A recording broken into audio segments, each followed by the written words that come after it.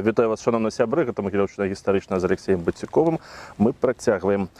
Пад мінулым роликам Михаил Белахвостов задаў такое пытанне. Недзе чуў, што ў Магілёве і в аколіцах майстры па апрацоўцы жалеза нават выраблялі такую зброю, як гарматы. Хацелася б ведаць і пра іншых рамеснікаў, якія займаліся іншымі відамі зброі агняпальнай і халоднай. Так, значыць, трэба пачаць з таго, што выплаўкай гармат займаліся адмысловыя цэхі. Прычым варта ўлічваць, што цэх гэта не памяшканне, а цэх гэта арганізацыя. Таксама выплаўкай гармат займаліся адмысловыя майстэрні. Гэтыя цэхі, гэтыя майстэрні пры высокай ступені спецыялізацыі называліся людвісарні. Акрамя гармат, яны выраблялі таксама іншую, меншую зброю, выплаўлялі званы, маглі вырабляць таксама посуд, такі посуд, который ствараўся метадам ліцця. Буйныя, пераважна буйныя, некія іншыя побытавыя прадметы. А што да невялікіх побытавых прадметаў, то ў іх у гэты час паяўляецца нават свая назва, іх пачынаюць называць вось у гэтым самым 16 стагоддзі шкоцкія тавары. Чаму шкоцкія? Таму што іх продажам займаліся шотландцы. Шотландцы у нас іх называлі шкотамі. Яны паявіліся тут якраз у пачатку 16 стагоддзя. Шкоты пасяліліся, яны былі спецыяльна запрошаны. Соем Великакняства Літоўскага адмыслова разглядаў магчымасць каланізацыі Падняпроўя шкоцкімі, шотландскімі сем'ямі у сувязі з тым, што гэтыя землі былі спустошаныя ў войнах з Масковіяй. Ну а рэчы, якімі яны гандлявалі тут, гэта былі іголкі, напарсткі, нажы і іншая падобная драбяза. Так, наконт людвісарняў, як вось такія ліцейныя майстэрні ў Магілёве яны ўзгадваюцца ў 1650 годзе, у 1765 годах. Але дакладна невядома, ці займаліся яны пастаянным выпускам гармат. Менавіта гармат. Вядома, што былі аднаразовыя выпускі гармат тут у Магілёве, але займаліся гэтымі разовымі выпускамі гармат на замову магістрата, магілёўскага магістрата не мясцовыя майстры, а майстры з Быхова. У Быхаве функцыянавала знакамітая быхаўская людвісарня, адна з самых знакамітых, з вядомых людвісарняў у Вялікім княстве Літоўскім. Яна была заснаваная тут яшчэ ў 1550-е гады, у той час, калі Быхавам валодалі магнаты Хаткевічы. Гэтая людвісарня выпускала вялікія гарматы, марціры, іх назвалі мардзеры, арганы. Гэта гармата з вялікай колькасцю ствалоў. Выпускалі меншага памеру гарматы, власна кажучы, канкрэтнага калібру тады не было распрацавана. У якасці эквівалента калібру маглі выступаць такія характарыстыкі: ядро памерам з гусінае яйка, альбо ядро памерам з кулак, альбо там з далонь. Такія былі калібры, усе яны выпускаліся тут у быхаўскай людвісарні. Акрамя таго, людвісарня выпускала гранаты для гармат і гранаты ручныя. Ручныя гранаты маглі быць жалезныя, драўляныя і нават шкляныя. Ну і трэба абазначыць майстроў, которые гэтым усім займаліся. Першы вядомы нам майстар быхаўскай людвісарні Кашпар Ганусаў, немец. Практычна ўсе майстры людвісарняў, якія ў нас працавалі, яны запрашаліся адмыслова з Германіі. Тут ён у 1555 годзе адліў так званую вогненную гармату. Яна брала ўдзел у Ливонскай вайне. Падчас Ливонскай вайны яна была захопленая непрыяцелем і вывезеная ў Маскву. Вось гэта адна канкрэтная, адна першая зробленая ім гармата. Таксама быхаўскія майстры, іх звалі немец Пятрок і Юрка, яго памочнік, яны выплавілі для Магілёва адмысловую вялікую бронзавую гармату. Ёсць верагоднасць, што выплаўлялі таксама вось такія разовыя гарматы у Магілёве напярэдадні паўночнай вайны. Іх лёс, як і большасці іншых гармат вось у гэтых падняпроўскіх гарадах, быў такім: у паўночнай вайне цар Пётр I іх проста ўсіх захапіў і вывез у Маскву, і яны там былі альбо пераплаўлены, альбо выкарыстоўваліся. Цікава, што у Быхаўскім замку аж да 1912 года вядома, што захоўваліся 10 вось гэтых старых гармат з, уласна кажучы, быхаўскай лёдвісарні. Ну, яшчэ адзін цікавы факт, раз ужо мы знаходзімся на гэтай тэме.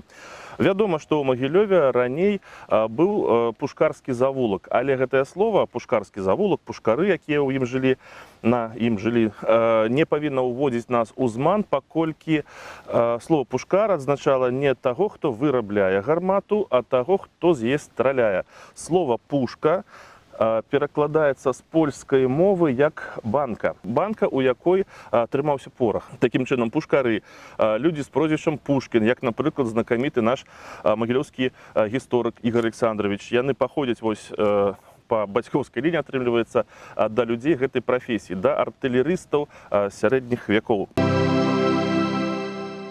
Так, ну а цяпер мы працягваем далей, і сёння мы пазнаёмімся з падзеямі і людзьмі, асобамі, якія непасрэдна папярэднічалі, ну, падзеі, канешне, непасрэдна папярэднічалі бітве пад Оршай, знакамітай бітве пад Оршай. Мінулым разам мы з вами спыніліся на падзеях жніўня 1506 года, калі великакняжскае войска ашаламляльна перамагло прыкладна 10-тысячнае войска крымскіх татар, і ў гэты час у апалу трапляе знакаміты рыцар, кавалер ордэна, які яму уручыў Максімілян I, Міхаіл Глінскі, славуты і таленавіты палкаводзец, пераможца, уласна кажучы, у Клецкай бітве. І мы пабачым, што гэта моцна паўплывае на ход далейшых падзеяў. Для ВКЛ у геапалітычным сэнсе зараз складваецца зручная сітуацыя. Крымскае ханства ўжо не пагражае паўднёвым землям гэтай дзяржавы. Яно, наадварот, пасля разгрому пайшло на саюз з ВКЛ і абавязалася нападаць на ворагаў ВКЛ. Гэтым карыстаецца кароль Жыгімонт Стары, Жыгімонт I, які проста патрабуе, ён адпраўляе пасольствы з патрабаваннем нападаць, ну, напрыклад, у гэтым канкрэтным выпадку на Маскву, на Масковію. Падтрымка татар была зараз вельмі патрэбная, і яна магла змяніць ход падзеяў, але, ну, гэта, пабачым, не адбылося. Гэта першае. Другое, Масква гэтым часам была ў напружаных адносінах з Астраханскім ханствам. Уласная праблема Великакняства Літоўскага, вялікая, ну, не вельмі вялікая, але даволі моцная тады, загартаваная ў баях Малдавія, таксама пагражала землям ВКЛ, дык вось з імі ўдалося замірыцца праз пасярэдніцтва венгерскага караля, который таксама быў з Егелонаў, з дынастыі Егелонаў. Ён паўплываў на малдаўскага валадара, і такім чынам ВКЛ, ну, як бы вызвалілася ад яшчэ адной праблемы. І цяпер настаў час, калі можна было патрабаваць вярнуць назад землі, захопленыя Масквой. Такое патрабаванне прыбыло ў Маскву пасольства, прад'явіла ультыматум Васілію III, той адмовіў вяртаць гэтыя землі, і Сойм ВКЛ абвясціў вайну Масковіі. Васілій вырашыў не чакаць, пакуль вось гэтае паспалітае рушанне ВКЛаўскае сабярэцца, там дойдзе да памежных земляў, а сам першым адправіў атрады ваяваць Літву. Гэтыя атрады ўжо загадзя былі размешчаныя ў замках недалёка, ну, ў гарадах непадалёку ад зямель сучаснай Беларусі, на ўсход ад сучаснай Беларусі. Яны проста рушылі ўнутр тэрыторыі і займаліся рабаўніцтвам тут, набегамі. Тактыка, которой карысталася маскоўскае войска ў гэты час, гэта была мангольская тактыка. Рухомая лёгкая конніца пранікае ў глыб тэрыторыі, там яна робіць спусташальныя набегі на розныя там землі воласці, абмінаючы крэпасці, абмінаючы замкі, дзесьці уз'ядноўваецца ў вялікую сілу, дзесьці працягваюць такія вось кінжальныя ўдары на мясцовасці, такім чынам спусташаючы і казну, і зніжаючы людскія рэсурсы, матэрыяльныя рэсурсы. Вось такую вайну пачынае весці. У гэты самы час Жыгімонт абвяшчае паспалютае рушанне збірае яго пад Менскам, паступова рухаецца насустрач, не пад Менскам, пад Лідай, здаецца, паступова рухаецца насустрач вось гэтым атрадам. А атрады маскоўскіх воінаў, яны пранікаюць у глыб тэрыторыі Падняпров'я аж да Бярэзіншчыны. Трэба адзначыць зараз, для того, каб правільна ацэньваць тую абстаноўку, якая склалася, будзе складвацца, і многія іншыя войны будзе складвацца, спецыфіку ваеннага тэатра. Военный тэатр такі у нас, незалежна ад таго, што у нас вялікая, значит, была тады зона, лінія судакранання паміж ВКЛ і Масквой, вялікая мяжа. Нягледзячы на тое, што ў нас даволі пяшчотны рэльеф у гэтай мясцовасці, такіх зручных калідораў для перамяшчэння вялікіх, асабліва вялікіх армій было ўсяго 3. Гэта калідор полацкі, але ён быў зручны для пранікнення з поўначы. Там вялікіх маскоўскіх сілаў, як правіла, не было. Гэта калідор смаленскі, ён асноўны. Гэта асноўны калідор. Яшчэ адзін калідор, который быў дапаможным, гэта слуцкі калідор, звычайна для таго, каб патрапіць у цэнтр Вялікага княства Літоўскага, у сэрца, да сталіцы, да Вільні, з паўднёвых нейкіх рэгіёнаў. Дык вось, смаленскі калідор становіцца ў гэты час асноўны па той прычыне, што ён пранікае, створ яго праходзіць міма буйных водных перашкод, міма ракі Днепр і міма ракі Заходняя Двіна. Па ім вялікае войска можа бесперашкодна трапіць у самы цэнтр краіны. І, адпаведна, гэты калідор зараз абараняецца ў першую чаргу Смаленскам і іншымі крэпасцямі гэтага рэгіёна. Мсціслаў, Крычаў, яны знаходзяцца як бы на ўваходзе ў гэты створ, блізка ад уваходу ў гэты створ. Таксама такімі вось памежнымі крэпасцямі, вельмі важнымі для абароны ВКЛ, становяцца Орша, Копысь, Магілёў, Быхаў, Шклоў, таксама Шклоў. І некаторыя іншыя тут умацаваныя пункты. Яны як бы з'яўляліся цэнтрамі кансалідацыі войскаў, заўсёды маглі нанесці кінжальны удар па вось тых войсках, якія ідуць па гэтым калідоры. Так што кантраляваць гэтыя замкі, гэтыя крэпасці было ім жыццёва, ворагам ці абаронцам жыццёва неабходна. Такім чынам, вясна 1507 года вялікі князь літоўскі Жыгімонт абвяшчае пра збор паспалітага рушання у Менску, адпраўляе ваявод на Кіеўшчыну, у Полацк, у Смаленск. Гэта паўплывае на ход далейшых падзей. У Смаленск не змогуць узяць, дзякуючы таму, што там знаходзіцца буйная залога і, власна кажучы, пад кіраўніцтвам вопытнага военачальніка. Само войска ВКЛ у гэты час, мы памятаем, што знаходзіцца ў апале Міхайл Глінскі. Войска ВКЛ узначальвае ў гэты час гетман Станіслаў Пятрович Кішка. Адначасова войскам крымскага хана Менглі-Гірэя была пастаўленая задача атакаваць Севершчыну, северскія землі. Гэта сучасная Чарнігаўшчына і Браншчына. Справа ў тым, што гэтыя землі былі раней каралеўскай вотчынай, і іх страта была найбольш балючай для вялікага князя літоўскага і караля польскага. Сам жа Жыгімонт скіроўвае таксама свой галоўны удар на тую самую Севершчыну. Прынамсі, ён туды накіроўваецца. Мы пабачым, як усё будзе развівацца. Войска ВКЛ спыняецца каля Друцка. Адсюль быў вельмі зручны шлях, каб пайсці альбо на Смаленск, альбо на Севершчыну, альбо абараняць Смаленск, альбо нападаць на Севершчыну. Некалькі атрадаў адпраўляюцца ў глыб маскоўскіх тэрыторый. Тут яны заваёўваюць некалькі замкаў. Але у гэты час вялікі князь літоўскі даведваецца, што Масковія замірылася з Астраханню. Зацягваць буйную вайну ён вырашыў, што немэтазгодна. Войска церпіць некаторыя страты проста ад таго, што яно стаіць тут, на гэтай тэрыторыі. Справа ў тым, што ў войсках, як правіла, цяжкасці пачынаюцца ўжо ў першы дзень пахода. Пачынаюцца хваробы, нястача правіянта. Гэта заўсёды така выматвае войска, вось любыя такія вялікія пераходы. А тут яны прайшлі многа сот кіламетраў, каб апынуцца пад Друцкам. І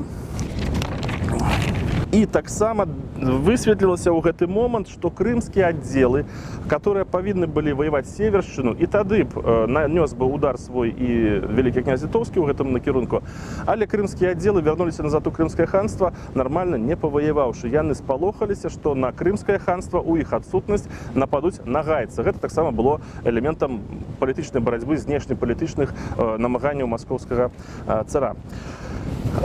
У такой сітуацыі, вырашыўшы не працягваць, не пачынаць нават вось гэты паход на севершчыну, Жыгімонт стары распускае войска.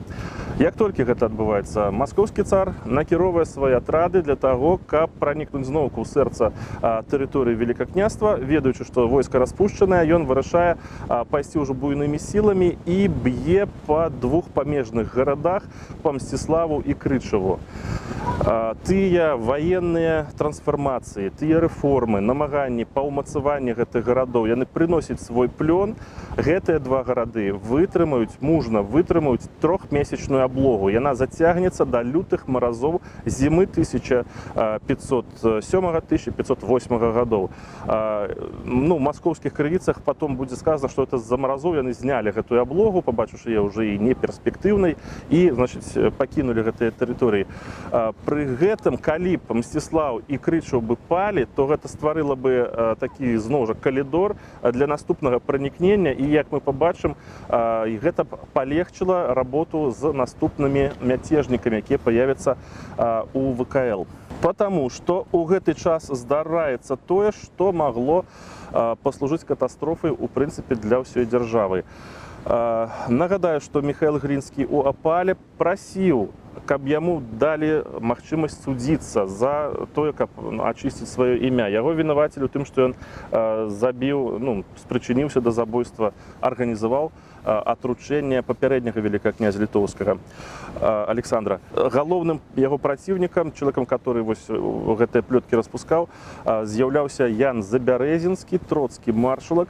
І ў нейкі момант Міхаіл Глінскі збірае атрад сваіх паплечнікаў, нападае на дом, на сядзібу Яна Забярэзінскага ў Гародні і забівае Яна Забярэзінскага. Так пачынаецца мяцеж Міхаіла Глінскага. Ён ужо на першым этапе мяцежа здолеў сабраць войска з 700 вершнікаў. Пазней да іх далучацца васалы братоў Міхаіла Глінскага, стрыечных братоў, родных, людзей, которые узвысіліся ў гэты час дзякуючы Міхаілу Глінскаму. Усё войска неўзабаве набярэ колькасць да 2000 воінаў. З горадні Міхаіл Глінскі рушыць да Наваградка. Потым ён будзе адступаць да свайго ўласнага горада, да Турва, которым ён валодаў. І тут варта ўлічваць, што Міхаіл Глінскі не валодаў нейкім удзельным княствам, некай тэрыторыі працяглай. Яго ўладанні былі раскіданыя, даволі-такі рассеяныя. Так што гэта не была такая нейкая рэгіянальная спрэчка супраць караля. Гэта была асабістая такая і амбіцыйная выправа чалавека, который не змог сябе абяліць і зараз пакрыўджаны вось такім чынам поступае. Яго войска, але пры гэтым ён цудоўна усведамляў, што калі на яго бок пярэдзе значная колькасць шляхты, магнатэрыі, то тады ён зможа разлічваць на поспех, у тым ліку і ў барацьбе за велікакняскі трон. Вядома, што Міхаіл Глінскі адпраўляе сваіх ганцоў і да Жыгімонта, і да маскоўскага цара Васілія III. Жыгімонт змаўчаў, ніяк не адказаў. І магчыма, што гэта таксама паўплывала.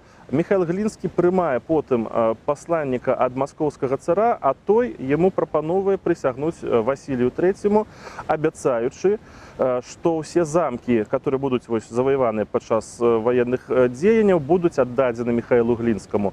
І Глінскі разам са сваімі братамі прысягаюць цару. Гэта ўжо цяпер дзяржаўная здрада. Баярства ВКЛ, аднак, не падтрымала Міхаіла Глінскага. Ён застаецца сам-насам са сваімі братамі і іх васаламі. У асноўным толькі гэтыя людзі і падтрымліваюць. Прычым васалы пачынаюць паціху адкалвацца ад войска Міхаіла Глінскага. Ён со сваім атрадам ідзе да Бабруйска. Бабруйск быў захоплены ім, злучаецца з атрадамі маскоўскага ваяводы Шамячыча. Разам з войскам Шамячыча Міхайл Глінскі со сваім атрадам нападаюць на Менск, на Слуцк, нападаюць безвынікова. Прыходзіцца адыходзіць, паколькі набліжаецца великакняжскае войска. Яны злучаюцца з асноўнымі маскоўскімі сіламі непадалёку ад Воршы на левым беразе ракі, на тым беразе ракі. Великакняжскае войска падыходзіць да той самай кропкі на правым беразе ракі і рыхтуецца да вырашальнай бітвы. Тут трэба заўважыць, што Міхайл Глінскі даўно чакаў гэтай бітвы. Увесь папярэдні час ён падбухторваў маскоўскіх ваявод, маскоўскага цара да актыўных дзеянняў, да таго, каб аб'яднаць усе сілы ў адзін кулак па сваёй завядзёнцы, па той самай тактыцы, якую ён успрыняў яшчэ калі быў у заходняй Еўропе. У арміі Максіміліяна I ён хацеў нанесці адзін вырашальны удар. І зараз абстаноўка ваенная склалася зручная для маскоўскіх войскаў, такая, да якой прывык і якую хацеў бачыць Міхайл Глінскі. Маскоўскае войска чакае пераправы ракі Днепр войскамі Великакняства. Адпаведна, у гэты момант, у момант пераправы, Глінскі меркаваў нанесці вырашальны удар. Войска ВКЛ было ў гэты час мінімальна абаронена, мінімальна падрыхтаваная для адбіцця такой атакі. Такім чынам, план на бітву быў ужо складзены, але ўсё пайшло крышачку не так. Великакняжское войско отправило легкую конницу рацаў на поўнач, крышачку на суседний брод, который знаходзіўся неподалеку от основных силаў. Там вось некалькі сотен, наколькі я памятаю, рацаў пераправіліся на той берег, атакавалі маскоўскія атрады, которые знаходзіліся таксама вось крыху з паўночнага боку маскоўскага войска. Расцерушили, разбили легкую конницу, адпаведна маскоўскую. Маскоўскія асноўныя сілы рушылі для того, каб гэтых рацаў разграміць. Але тыя своечасова і хутка здолелі пераправіцца назад на свой бераг ракі. Вось, уласна кажучы, усе баявыя дзеянні ў гэтай бітве мелі такі характар. Плюс яшчэ там былі спробы пераправіцца такія асцярожна і пабамбардзіраваць, паатакаваць артылерыяй маскоўскія войскі з боку войскаў ВКЛ. Усе гэтыя дзеянні закончыліся ў першы дзень. Уласна кажучы, такі падрыхтоўчы дзень да бітвы.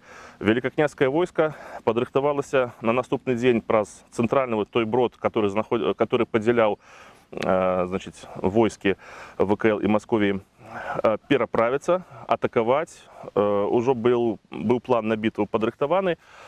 Але назаўтра аказалася, што войска маскоўскага цара уцякло.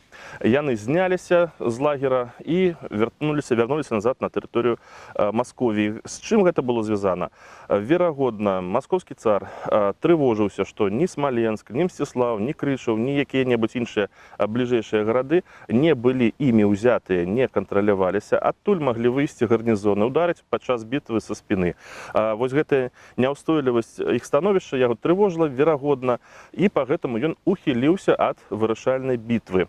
Міхайл Глінскі, моцна узрушаны гэтай навіной, рушыць назад на свае землі, на Палессе, дзе ён ужо замацаваўся ў некаторых гарадах і замках. Але неўзабаве наступае мір паміж ВКЛ і Масквой. Трэці ці чацвёрты вечны мір, который вось толькі ў бліжэйшыя дзесяцігоддзі мы назіраем. Міхайл Глінскі ў такім выпадку пакінуў тэрыторыю ВКЛ, паколькі великакняжскае войска набліжалася ўжо цяпер усёй сваёй сілай непасрэдна да яго атрада. Пакінуў ВКЛ, пакінулі ВКЛ таксама яго браты, яго пляменніца Алена Глінская, якая стане потым другой жонкай маскоўскага князя Васілія III і маці Івана IV Грознага.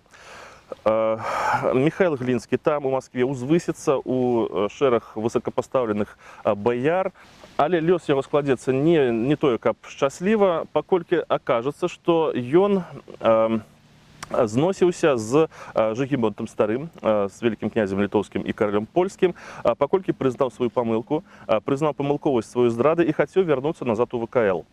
Жыгімонт яму дараваў, гатовы быў прыняць яго, але перапіска, ну, вот, абмен такімі пасланнямі быў выкрыты маскоўскім царом, і Глінскі папаў у апалу цяпер ужо маскоўскага цара. Доўгі час ён сядзеў дзесьці ў затачэнні, але і маскоўскі цар таксама яго дараваў. Да гэтага спрычыніўся, напрыклад, той самы Максіміліян I, які апеляваў да маскоўскага цара, казаў, вызвалі такога славутага рыцара і чалавека, который здабыў столькі перамог, а Глінскі потым і на службе маскоўскаму цару меў воінскія перамогі, ваенныя перамогі.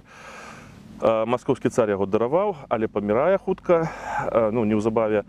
Пры Іване IV Грозным рэгеншай становіцца яго маці, пляменніца Міхаіла Глінскага, Алена Глінская. Гэта прыводзіць баярства да думкі, што, магчыма, Глінскі цяпер будзе кантраляваць усю ўладу ў краіне. Ён трапляе цяпер зноўку ў апалу, трапляе ў турму і неўзабаве там у зняволенні памірае. Ну, вось такія падзеі ў нас папярэднічалі новай, наступнай вайне. Ужо падзеі бітвы пад Воршай мы будзем разглядаць у наступны раз, напэўна. Можа, не ў наступны. Магчыма, што мы перейдзем да такіх больш мірных падзеяў. На гэтым пакуль што ўсё ў мяне. Задавайце свае пытанні, каментуйце. Усяго вам добрага, да пабачэння.